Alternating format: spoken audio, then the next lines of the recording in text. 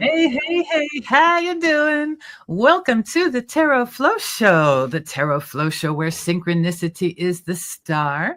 I'm your host, Alison Pickering, and as always, it is my pleasure to be welcoming to the show from Stockholm, Sweden, my favorite, adorable Swedish student of all things spiritual, Kefri Skarabus. Welcome, Kefri. How you doing? Nice to see you. Thank you, Alison. I'm doing excellent as ever, and it's very fun to be here. It is fun to have you here, and it's also Thank really you. fun. Let me Yes. say that we have a guest here that I haven't seen in 7 years, and this is a gentleman who we worked together, and he was in procurement, and I was in instruction. That meant that we were on different floors at a crazy office building in downtown Los Angeles. But he, as soon as he could, he got out of Dodge, as we say, and got himself to the west coast of beautiful Costa Rica, where he has been living for the past 7 years. I don't know what he's been doing. We haven't had much of a chance to talk, except to just send each other fine and good wishes. He's our international man of mystery. He is GALEN van Rensselaer. Welcome, GALEN. Thank you so much for joining us today.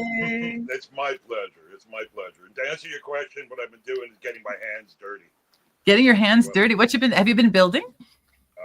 Digging, building, growing, a little bit of all that. Still in the initial phases because it takes a long time to really get your footing here. But I've been grounding myself and very good. People together around me as well. Very nice. Well, before you were on the 29th floor, and that's kind of a whole other perspective when you are seeing the tops of you see the backs of the hawks flying on the wind, it's a different thing than digging in the dirt. I couldn't do that anymore. I wouldn't know how to do it, to be honest with you. It's a different person, a different life, and I don't think back on it very much. But, okay. Yeah. I'm glad it's done. Glad it's done. It's a chapter, right? It's a chapter, and you're into your new life. And this is one that's been going on for 7 years. You might even be ready for a new chapter at this point. So let's see what's going on. Tell us a little bit about your experience with mystical things, spiritual things. I wonder if you've been having experiences because you've been very much in nature. Are you off the grid where you are now? I wouldn't say it's off the grid, but the grid is delicate. It can go out on you at any time. I'm kind of far out in a place that has a high natural energy about it. People often note that feels like, to use the term vortex, is surrounding here, and it can be something that is a little bit demanding on the spirit sometimes, and you have to look at ways to build that up.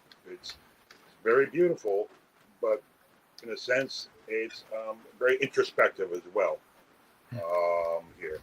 And not everybody can manage their lives in this because there's a lot of latitude about how your thoughts can go, about what actions you can take, and how to really keep yourself grounded in a foundation. So that's a challenging experience, but one that I find really rich because it has allowed me to dig deeper in self-understanding and self-awareness and forgiveness and concentration on the moment that's at hand or it's imminent, and just to be grateful and thankful for what has been happening. And I think I'm more in tune with myself and other people in a more generous way than I have been in the past. I'm happy about that, and trying to make every minute count the best I can. Thank you. Very, very well spoken. Very gives me, I think, a picture of who you are more than I had before, and that's a very welcome thing. So thank you. Are we hearing a lot of rain around you? Are you getting rained on? I'm afraid there is. I'm in the quietest part of the house. Not a lot of insulation here. I hope it's not too No, distracting. it's very atmospheric. It's the real thing. It's the tropics. It's like out of Somerset Maugham or something. I hear. All right. Well, the Somerset Mom, that's probably the moodiness that we're looking for right now too. So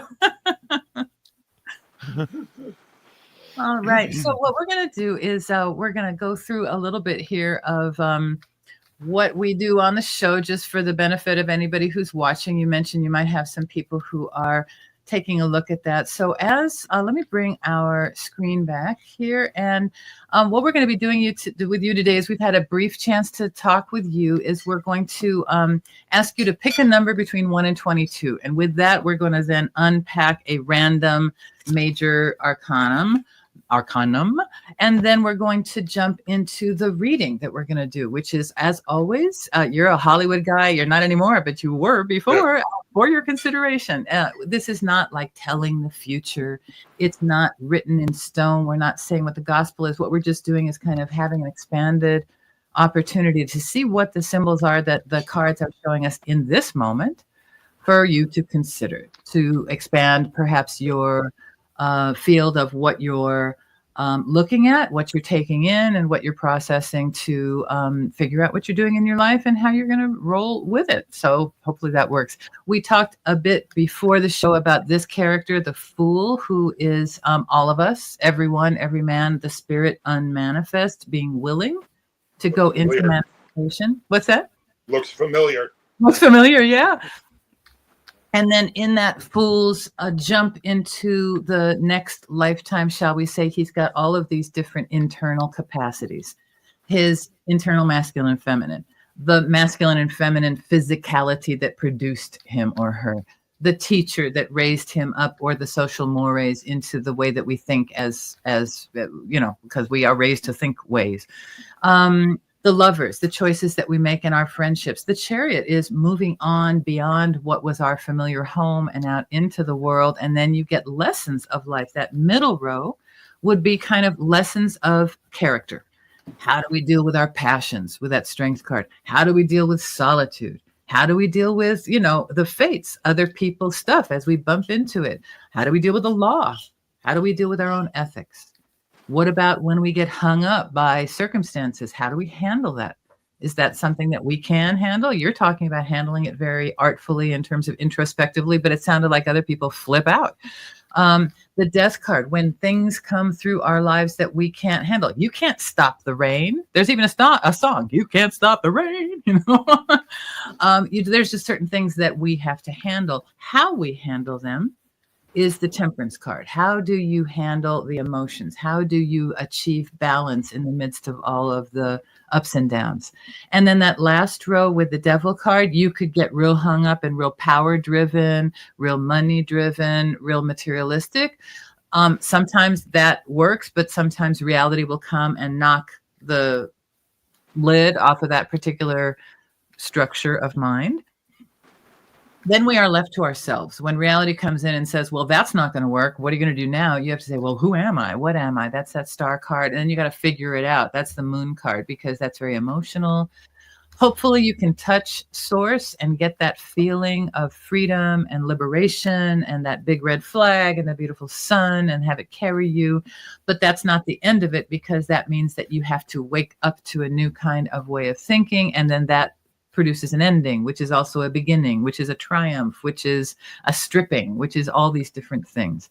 And so that's the major arcana, and the tarot is made up of the majors and the minors. And the minors are more like what we might see in Las Vegas, or what you might play gin rummy or something with. We've got the clubs, which is the wands, which is the idea of the spark of the idea of life. The cups are the hearts, which is the emotional qualities of life, the emotional aspects of life, our care. The swords is more intellectual. It's about planning, action planning, communication. It's starting to get real with the swords. And the Knight of Swords down below, you can see the knights down below are embodying these different kinds of energies. And then finally, if any of these things, the idea, the care, the plan. If it's going to come into reality, it's going to have to be carried out in the flesh. And this is our fleshy card. The pentacles are representing us with our 5 senses.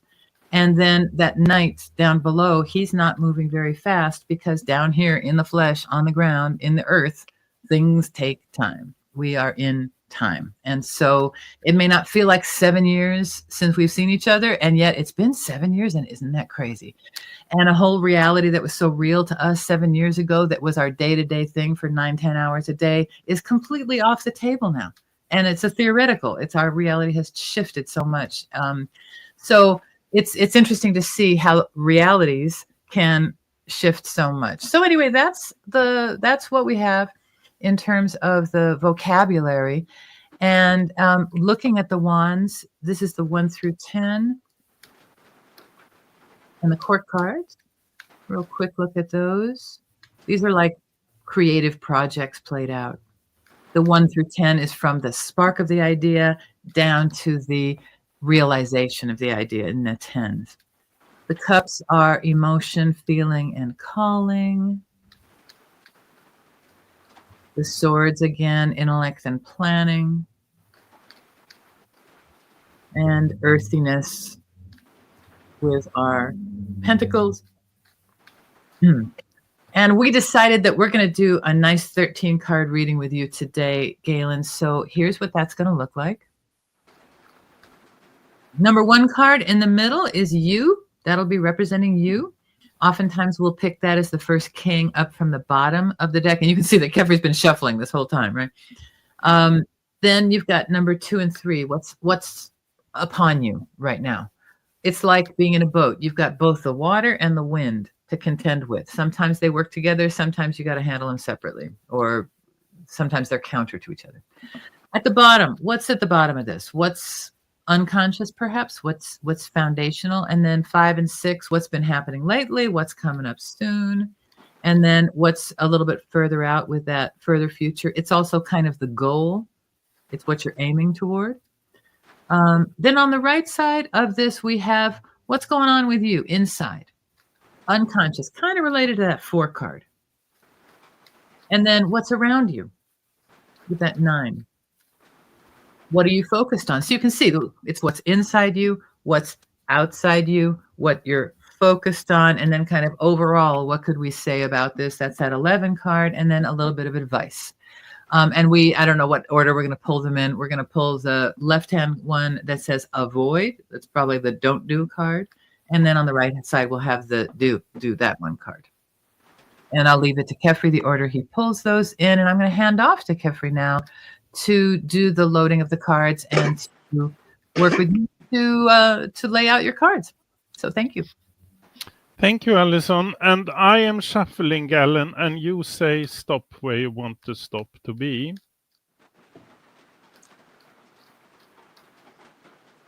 Okay. There? Yes. Now, thank you. And cutting, how many times do you want to cut the deck if you want to cut it? 3 times. 3 times, thank you. 1 and 2. And the last one, 3. And as Alison was saying, we are taking the first king from the bottom, actually, for the significator card that is you in this reading. So I am now searching for the first king from the bottom of the deck. You should see which king it is. It is the King of Wands. And then we go from the top of the deck, King of Wands, and then we take your covering card, and that is the 10 of Pentacles. And then we take your covering card, and that is the Page of Pentacles. And then we take your Distant Past card, and that is the Strength card. And then we take your near past, and that is the Hierophant card. And then we take your near future, and that is the Seven of Swords. And then we take your distant future or your middle future, it can also be, and that is the Six of Wands. And then we go to the right line here, and we take your unconscious personality card, and that is the Sun card. And then we take what we call your house card, your environment, your nearest environment, and that is the Chariot card. And then we take your conscious card, and that is your hope and fears, we can call it. And that is the Two of Swords. And then we take your result card, and that is the Knight of Wands. Knight of Wands, and then we go to the left and take your cautionary card, what's not to do, and that is the Devil card. And then, last but not least, we take your advice card, what is good to do, and that is the Three of Cups. And there you have the reading. Well, it looks lovely to start. Let's put up that King of Wands to start. I'm going to see if I can expand my screen a bit. I'm hoping that you're able to see these. We'll put up the cards in this focal position to examine it. So here's our significator. What's that? They're clear. I can see. Good. And just on the little bit that we've talked about, you're like, okay, here we go. So I don't know what's going on with you, except I'm just gonna start talking. This is the way it works for me. I start flowing the words. And so here you are in the middle. This is you. You are in the decision-making position. The King of Wands is, in my view, very famously the king of next. He goes from success to success. He has a lot of confidence, and he has a lot of optimism. There's the feeling like I've been able to do it before. I can do it again. I can rely on myself. I have completed projects before. And notice that he's got a little salamander on the ground. That's his familiar, that fiery animal. And then the salamanders that we see here, we're going to see another. You've got the king in the middle and the knight as your upshot card. So the idea that you have an idea that you're about to really rock and roll with is very present in this reading. And so, but the knight has the salamanders aren't kind of in a full circle. They're a little bit more open. And so the king has a more complete vision than the knight does. The knight's just kind of running with the idea at this point. So you've got an idea that you are thinking of running with, shall we say. But you have the mature perspective of someone who has ran with ideas before, who has run with ideas before in the past, and you've been able to make it happen. And so you have that foundation of understanding success. That's very important. You also have a financial foundation, which is great. And so let's take a look at that 10 of Pentacles. So it looks to me, and this perhaps is representing the community that you've built around yourself or that you've joined together with around you, but you can kind of see, and then there's a white-haired guy with a beard there. And I wonder if that's you in some kind of venerable role, or if that's just kind of representative of the community, that there are structures. There is pleasant interaction. There are children, there's animals, there is a patriarch, there is enterprise. There's the idea of multi-generational happiness and construction. There's the idea of a homestead. All these different things are present in this card. It could also just mean like you invested and it did well, and now you've got more money than you started with, which is fabulous. And that gives you now the ability to do something with it. And so let's take a look, Kefri, at that page. So in tandem with the amount of money that you now have access to, or that you were able to set aside in your past and sit on effectively, make, multiply, steward, all those things of cultivating your little garden. Look at the garden. There's a garden right there. And so in your cultivated field now, you have a new idea and you've got this new thing that you want to get going. And perhaps we're talking about this new thing that you want to get going. And there's literally in your household card a chariot. Indicating that around you is this feeling of we can get something going. What's that? You're onto something there. Oh yeah, and I'm just reading the cards. It ain't me. It's just I'm just what's here. So here you are considering this new concept. It's this new seed of an idea. It's this new thing that you might be able to plant and make flourish and all of that. So let's look at the past. Looking at, and by the way, this is looking super solid for you. As you look at the past, there is this lion. Perhaps you noticed the lion's skull on the pendant of that King of Wands. Let's just show that King of Wands real quick, Kefri. Look at the pendant on his, you can see there's lions on his throne, and he also has this pendant, which is a lion's skull over his heart. So the idea of lion-hearted is there with you. And then down at the bottom in the strength card as a foundation piece is the strength card. Are you, by the way, are you a Leo by any chance, Galen? No, but I have got a lot of them in my life. Okay. So this lion energy, so, and perhaps you've been trying to manage these people because lions are kind of a pain. I'm a Leo myself, and it's, there's a lot of energy there. And so it looks to me like you are adept at handling that kind of energy. You are a lion tamer, perhaps. And in that way, you are able to help the Leo, shall we say, help the lion to not kill people in the process of showing their strength.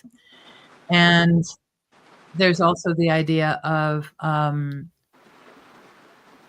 carrying the gentleness and helping the lion to become more domesticated or more able to handle pleasant company. So I don't know. Things occur to me to say, Galen. I just say. Okay. But anyway, you've managed to kind of settle into a good harmony with this energy. Let's say it was hard to handle in the beginning, but now you've figured it out. And so now that you've got a good working relationship with all of this wild energy, and that could just be the wild energy of where you are. You've landed in a place that's wild. I mean, you're off the grid. I mean, it's been 7 years and you're still kind of with delicate grid. So you've probably been managing Mother Nature and learning to live with Mother Nature. And that's a pretty wild beast because Mother Nature will swallow us up in a second without a second thought, with a tsunami or something. It's volcano. I mean, you're in a place with a lot of natural things that could, if you were outside in that rain, you could get washed away. So it's no joke, right? So things could leap out at you here, for sure. Yeah, like some big alligator, hello. So all kinds of stuff. And look at the volcano in the background. Look at the shape of the mountains back there too, in this card, which is cool. So anyway, you are handling this wildness. Okay. For 7 years now, you've been handling this wildness, and that's given you a certain expertise. Let's take a look at that Hierophant figure, that Hierophant. Hierophant like hierarchy. Think hierarchy. So he's kind of at the top of the hierarchy. I would imagine that people come to you for advice now. I would imagine that you are someone who has a certain reputation, perhaps, in the hood.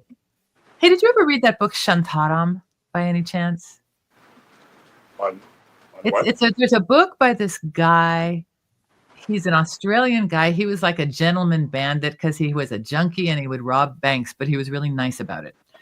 And then he got stuck in India because he got his passport stolen. And it's all about his time in India. It's a big fat book, but it really flows, and it's called Shantaram. But he becomes rather a figure in this community that he's living in. And I wonder if you haven't become a bit of a figure. Oh, you're being observed right now. Everybody comes to you for advice. Okay. There is some element to that. It's true. Yeah, so you're the Judge Judy, perhaps, of where you are. People come, and it's a very community-based function to address and consider disputes in a community way, and to go to the mediator or to the arbitrator or whatever it is that you might be, as you pronounce. It's only because they don't realize I don't know what I'm doing. But well, all you have to be is a few steps ahead, right? So, and he is very humble indeed. So that's a lovely. Let's just follow the red real quick in this, Galen. I want you to see the red in the sun card down in your inside. I want you to see the red cloak on this near past card in the Hierophant. And then the beautiful red in the recommendation of being a part of the celebration. And so just know that the red is flowing with you. This Mars energy, this vitality is flowing with you in this reading. So we were at the Hierophant talking about people coming to you for advice. And as we cross over this middle thing where perhaps you're considering making a community investment, maybe you're like, a well, or you're going to build, maybe you're going to put up a cell tower. I don't know. Maybe there's something you're going to do for everybody that you're thinking of doing. And it's something that you can do because you've handled big things before. You've done procurement, I don't know that that's the skill you're drawing upon, but the idea that you can organize and figure out who the scammers are and who the real people are and stuff like that, your instincts are good in that way. That's going to help you as you go up to the future, which is the 7 of Swords. And so in the near future, there's going to be the idea that in the planning of this big thing, you can't get everything. So you're going to have to figure out what you want to leave on the table and what you want to take with you. And you're going to also have to figure out who is for real and who is full of shit, who are the scamsters, who are the good contractors, who's honest, who's not. And so you're just going to have your feelers up in the future to, as you conduct this circus, look at all those tents in the background, as you take on this crazy circus of a project. You're not going to be able to accomplish everything. So you're going to have to prioritize. You're going to have to figure out what are the most important goals and how can you keep people from killing each other. So the purpose of this guy stealing the weapons is so that the war doesn't start. It's so that he takes out the capacity to kill people that the other people have. He takes out their force. And so maybe there's somebody who's ganging up on you and there's a way for you to take their power away from them. Maybe there's a way to, so if you're the one on the victimized front, you could perhaps sabotage or do something to take away their power or to minimize their power. If you're in the power position, you can't get everything. What are you going to leave behind so that you can get in and get out quick? What's going to be most expedient is going to be a helpful thought for you. There's also a time frame. You're going to need to kind of get in and get out. There's something, maybe you need to do a visa run. I don't know. There's something where you need to do something logistical to kind of be there, but not be there at the same time. It's you're in it, but you're not. How'd you do that?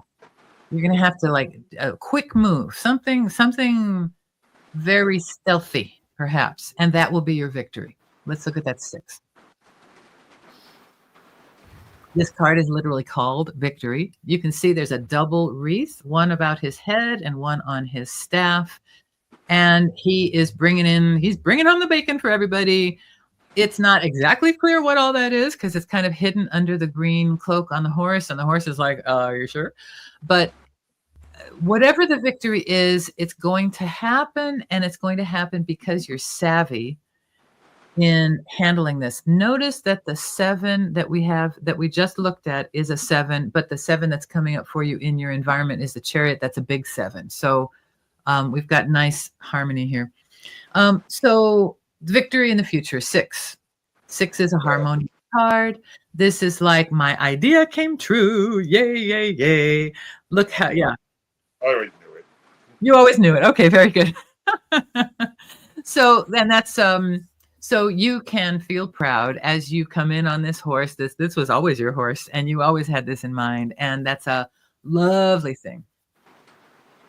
Never humble about the ideas, though, says Suyen. Okay, so and that's probably good in terms of the advice card. So let's take a look right now in terms of the what's inside you, which is quite different from that advice card. So inside you is, you love your freedom. And so whatever it is that you're going to be doing, the priority has to be your unfetteredness.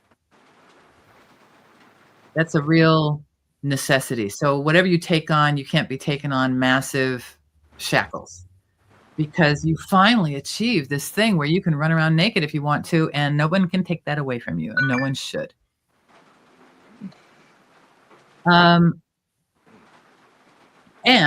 at the same time, around you is a certain energy that they want something. Come on, come on, come on. We got to do something, do something. You know, it's like the time is ripe to get this show on the road. Let's take a look at that Chariot card. Do you have any Masonic background, Galen? I mentioned that before. Is that anything that resonates? Masonic background? Yeah. No, Okay. not in my my lifetime. Okay. No, ancestors maybe. Yeah, it could be. The Masons have this thing that they are, they have vitriol is like a little acronym they use, and it's a Latin phrase meaning that you go inside to hone the stone and find yourself. So in the process of doing this thing for the community around you, you are discovering yourself. And so notice that this guy in the Chariot is not, he's actually part of the rock that the Chariot is. The Chariot's a big stone. It's the Philosopher's Stone.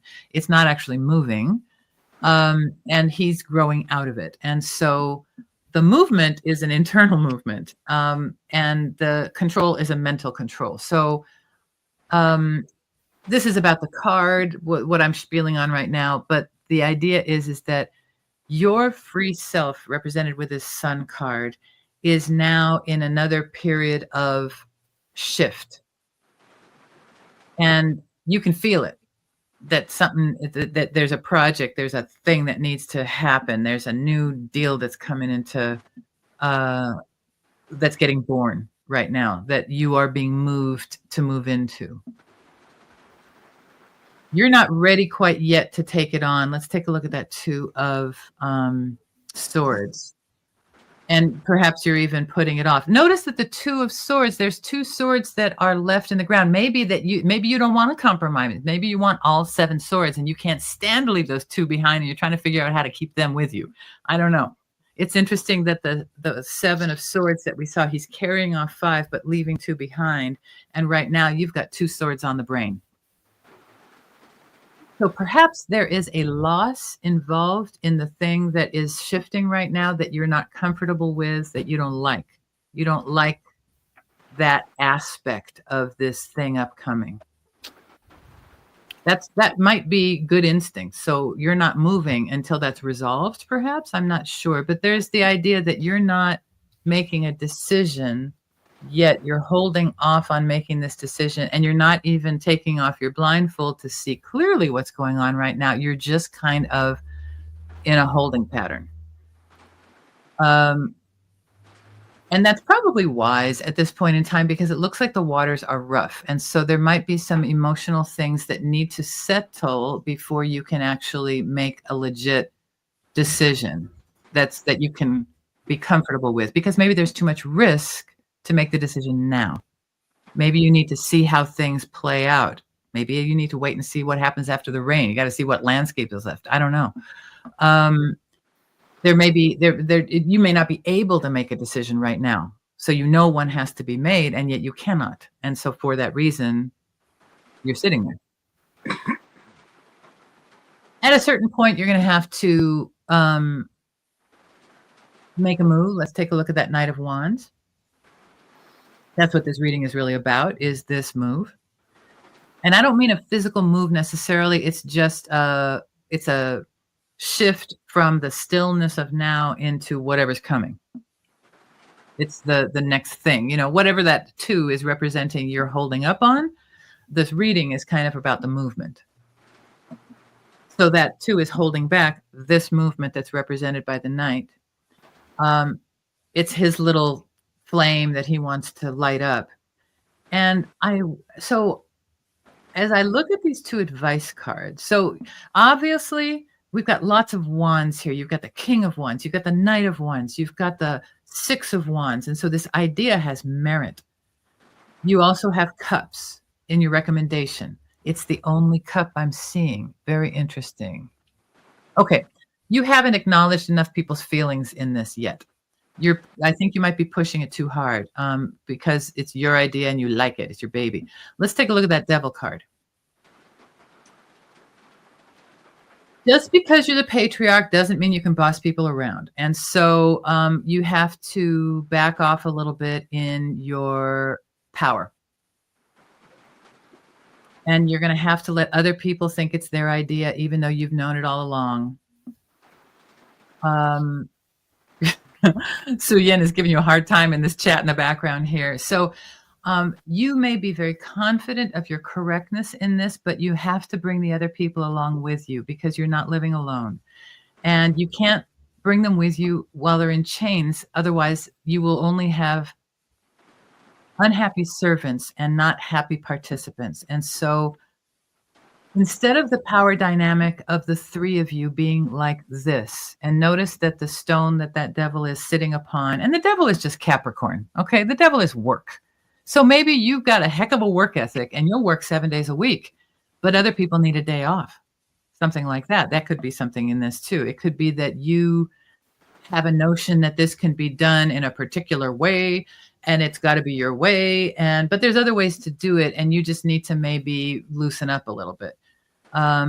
Let's take a look at that 3 of, and it may be that that because you are the money man, you feel you have the more of a right to make the decision. I understand this because I go through this myself. Because I pulled in more money, somehow I have more of a right to make the decision. That's not correct. And so you have to, and so the things I'm talking about, I'm not saying that you're doing this. It's just the tendency of the devil. So that tendency needs to be resisted. And instead of that, let's look at the 3 of Cups. To whatever degree you can, see that all decisions and things are made from consensus and from agreement and from take the time to allow everyone to understand and get on board. It may be that other people are stiff and they just are real sticks in the mud about it, and you just have to be patient enough to ask them why the idea bothers them so much and what do they think it might mean. And you might need to do that kind of NLP chunking up. Well, what would that mean? And what might that mean? And to them, it might mean that, oh my God, you're going to cover up my grandma's grave. You know, you don't know what is behind something or I don't know, I buried something secret when I was a child and I made a promise to God and no one can touch that, you know, and it could be something crazy like that. Not crazy, but significant for someone, and you don't know what you're stepping on until you know. And so you have to kind of unearth what people's reasons are so that they're happy when you finally do make the move. And so it's perhaps wise to hold up in making a decision at this point until everybody's on board happily. Because otherwise you're just going to be forcing people and they will always find fault. And that will be hurtful because there wasn't fault in the idea. It was just faulty in the way it was kind of maybe pushed through too hard instead of come to mutually. So that's what I would say about this. There's no fault in the idea. There's no fault in the roles. There's no fault in anything. It was just the advice would be avoid getting too confident in the power role and overtaking people's cooperation. You really, really need people's cooperation and their consent and all of that pleasant emotion. And so even though you have power, you want to be very, very gentle with it and considerate of their needs so that everybody celebrates and nobody is trying to undermine you. That's what I'm seeing here, and I appreciate your listening. Of course, you do have a recording of this, so this whole fire can be experienced again should you care to. Thank you so much. And now Kefri's going to give his pass at it, and then we'll take it from there. Thank you, Alison. I think I look at it from a slightly different angle here, and perhaps a bit deeper, but we will see. I think there is a project here that is very dear to you, actually, that you love and you want to complete it, but you know what you want to bring out to the world, but you don't know how you should do it. And the resources is not the problem, because you have plenty of them, but you don't know where to start, actually, where the first step should be taken for this new big thing.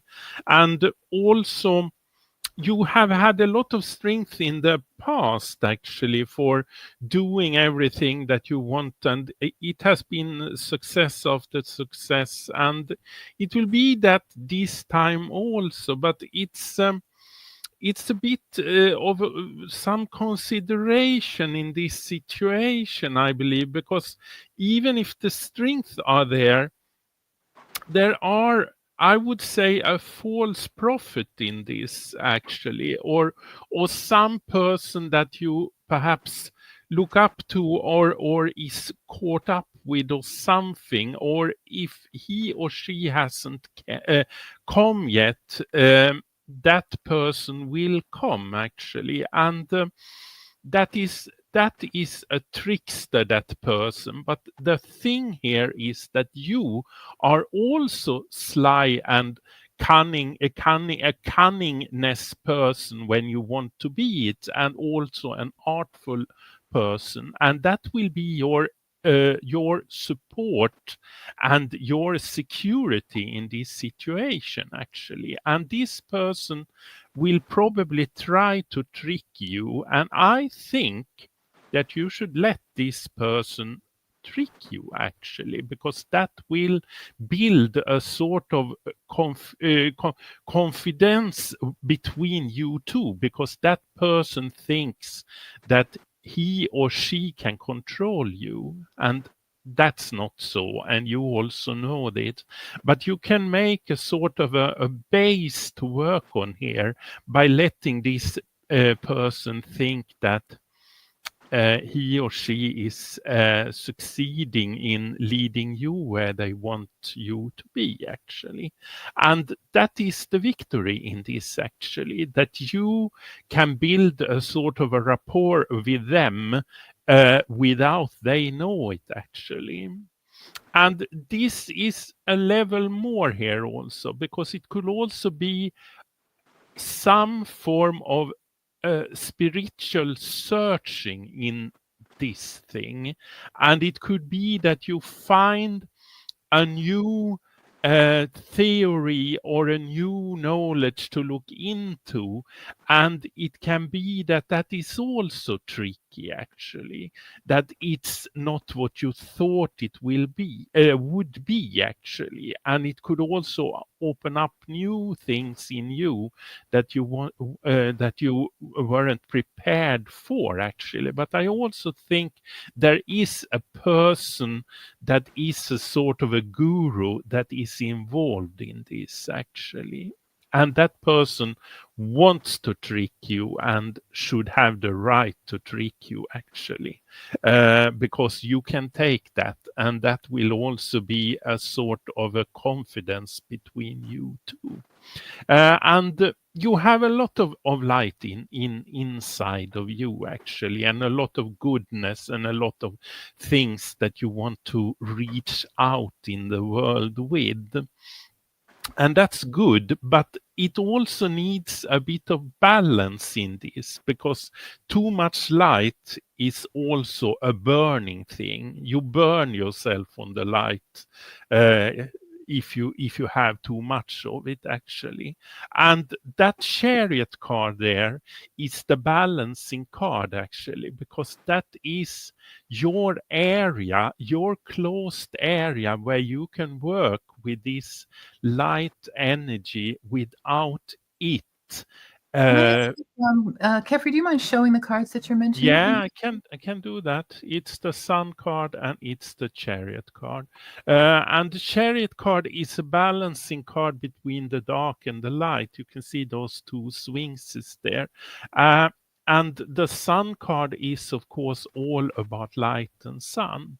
And that card is also connected to the brain or the head. And that is probably also your thinking and your ideas and everything that you have that you want to create, actually. And the Chariot card is the balancing, as I said, because it's where the dark light comes in a positive way, actually, to balance the light. And I think that is also connected to this I said before, that this person that you have near you or will come near you should be allowed to trick you, because that is also a sort of letting the dark energy in a positive way, because you still know how much of it you want to let in, because you are in control, but the other part will think that he or she is in control, actually. So that is in here. And this Chariot card is this area where you can experiment and work with your theories, your project, and your ideas, actually. And also in this is a deeper message with the Chariot card, because that is also the card that is in the Tree of Life on the spot or the path where the divine light is coming down to work with us, so to speak. You are supported by a higher power, actually, in this. And I think you know that also, because all your go in this thing, that you feel that it's total flow, actually, which is also is actually is a sort of a higher support also, and for your from your creativity also. And the Two of Swords up here, that's the situation for the moment, and it's like a sort of a resting situation, but not resting, actually, and waiting to feel where it is the right time to act on this new thing, actually. And I think we lost him now, but I can go on, and I can say that there is the Knight of Wands here is an indicator that this total process that is here, that is the process with he's coming back, and I think that I can start over with the Knight of Wands card again if he comes back. I don't know if we have him here. But the... I think you can go on, Kefri. I think that we'll come back, and we do have the recording, so that perfect. The Knight of Wands there is the card that indicates that this project is ready to take off, actually, because this is like a knight with a big matchstick, actually, that is unlighted, but it will be lighted, actually. But this is the base of all the development that will come, actually. And this situation is a situation where the new thing will emanate, but it is a slow process, and it should be a slow process. And the cautionary card, the devil here, I read that in connection to what I said, that a trickster will meet a trickster, actually. And the other trickster will let the first trickster will let the other trickster, the second trickster, to work out his thing and slyness on the first trickster. And I think the devil card here is an indicator. Don't look negatively on this, and don't go into this with any hesitation or feeling used or anything, because that is the wrong thing to do here, actually, because this is the price that must be paid in this connected to this project, this ID. And the Three of Cups here shows very clearly that if there is a possibility to stay away from this negative looking at this situation, there will be a great celebration, actually. And there is a lot of ladies around this celebration that will be very fruitful, actually. And it is a celebration that will be very happy. And also this card has a lot to do with femininity, and there are feminine energies in this. So to express it in another way, it's like, don't look at it with a manly view to strike back. Be in it and be with it, and appreciate it for what it is, because it is a start of something, and it really is a celebration, actually. And I stop there. Thank you.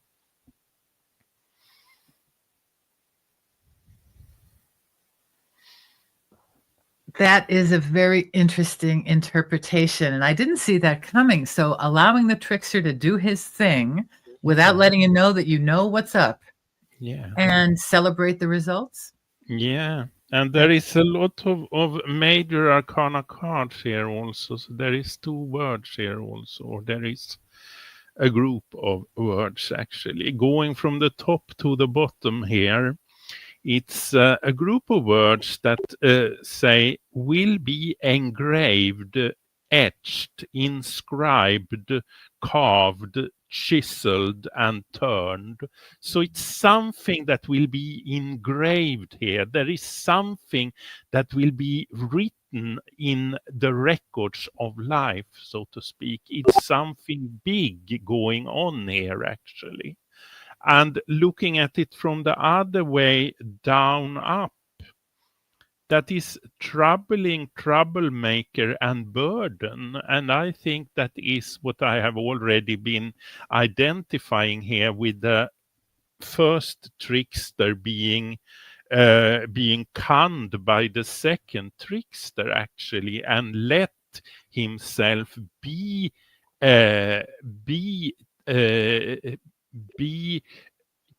used in a positive way, so to speak.